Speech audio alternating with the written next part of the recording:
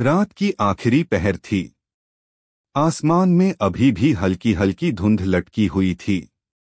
खेतों में ओस की बूंदें जैसे किसी ने मोती बिखेर दिए हों। दूर दूर तक फैले धान के खेत, जिन पर ठंडी हवा धीरे धीरे बह रही थी, किसी थकी हुई आत्मा की सांसों जैसे लग रहे थे। गांव के कच्चे रास्तों पर हल्की मिट्टी की खुशबू फैली हुई थी। कहीं कहीं पगडंडी के किनारे लगे नीम और पीपल के पेड़ों से पत्तियां गिर रही थीं, जो ओस में भीग कर जमीन से चिपक रही थीं। मुर्गे की बांग सुनाई दी, पहली, फिर दूसरी, फिर तीसरी। इसके साथ ही गांव के कई घरों में हलचल शुरू हो गई। कहीं चूल्हा जलने की आवाज, कहीं पानी भरने के लिए बर्तन खड़कने की। गांव की सबसे किनारे वाली बस्ती में, जहां कच्चे घरों की पंक्ति थी और सामने झाड़झंखाड़ के सिवाय कुछ नहीं, वहां एक टूटी सी झोपड़ी थी। दीवारें मिट्टी की, जिनमें जगह-जगह दरारें पड़ चुकी थीं। छत पर सूखी घास और पुराने टीन के टुकड़े रखे थे, ताकि बारिश का पानी अंदर न टपके। यहीं रहते थे गोपीनाथ। उम्र 55 साल, लेकिन चेहरा और शरीर जैसे 70 का हो चुका हो। चेहरा धूप और मेहनत से काला पड़ चुका, माथे पर गहरी लकीरें और आंखों में वो थकान जो सिर्फ गरीबी नहीं, बल्कि अधूरे सपनों से आती है। गोपीनाथ का दिन बाकी लोगों से जल्दी शुरू हो जाता था। सुबह 4 बजे उठकर वो सबसे पहले आंगन में रखी पुरानी बाल्टी में पानी डालकर हाथ मुंह धोते। पानी ठंडा होता, लेकिन आदत थी। फिर एक पुराना गमछा कंधे पर डालकर वो घर के अंदर जाकर बेटी सुनीता को आवाज लगाते, बिटिया, उठ जा, भोर हो गई है। सुनीता, जो मुश्किल से 16 से 17 साल की थी, चुपचाप उठती। उसके बाल बिखरे होते, लेकिन आंखें बड़ी और चमकदार, जैसे बाप की थकान के बीच वही एक रोशनी हो।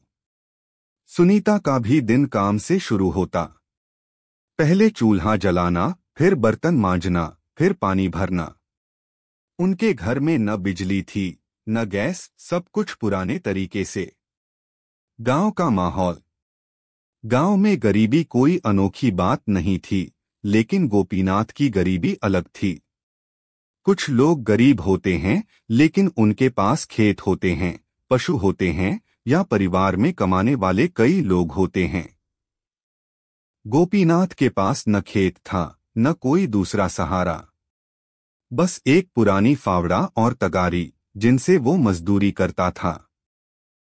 गांव के बीचों बीच एक बड़ा पोखर था, जिसके पास सुबह सुबह औरतें पानी भरने आती और मर्द गुटखा चबाते हुए बातें करते। यहाँ अमीर घर भी थे, पक्की छत, मोटरसाइकिल, टीवी और गेहूं के भरे गोदाम। और थे ऐसे घर जैसे गोपीनाथ का, जहां आधा पेट खाकर भी कोई शिकायत नहीं करता था। गांव की गलियों में गाय भैंस के गोबर की गंध और पक रहे आलू पूरी की खुशबू दोनों एक साथ मिलकर एक अजीब सी पहचान बना देते थे। परिवार की स्थिति। गोपीनाथ की पत्नी का देहांत तब हुआ था जब सुनीता 5 साल की थी। तब से गोपीनाथ ने उसे माँ और बाप दोनों बनकर पाला। शुरू शुरू में उन्होंने खेतों में मजदूरी की, लेकिन गांव में काम सीमित था। इसलिए कई बार उन्हें शहर जाकर दिन भर ईंट भट्ठे पर काम करना पड़ता था।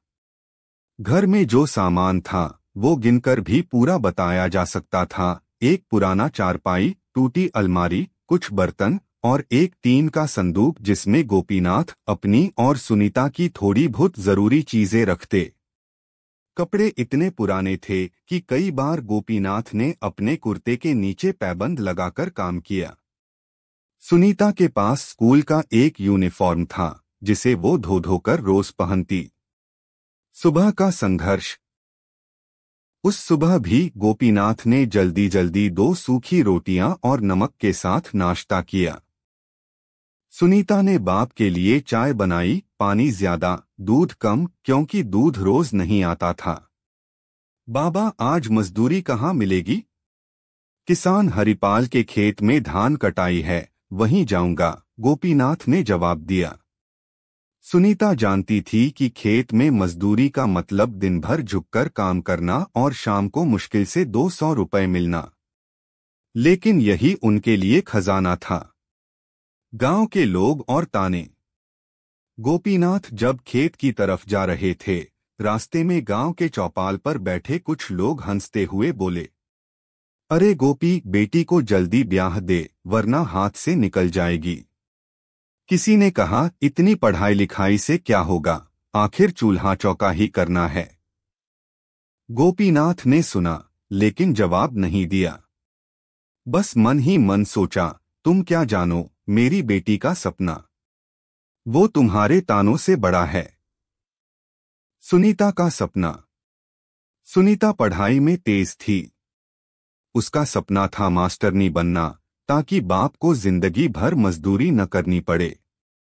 लेकिन उसके पास किताबें आधी थीं, पेन अक्सर खत्म हो जाता और कई बार स्कूल जाने के लिए चप्पल भी नहीं होती।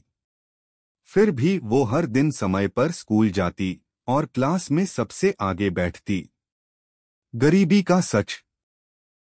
गोपीनाथ के लिए गरीबी सिर्फ पेट खाली होने का नाम नहीं थी, गरीबी थी बेटी के सामने मजबूरी से झुकना, समाज के सामने तानों को निगलना और रात में थकान के बावजूद अगले दिन फिर वही सब दोहराने का साहस जुटाना।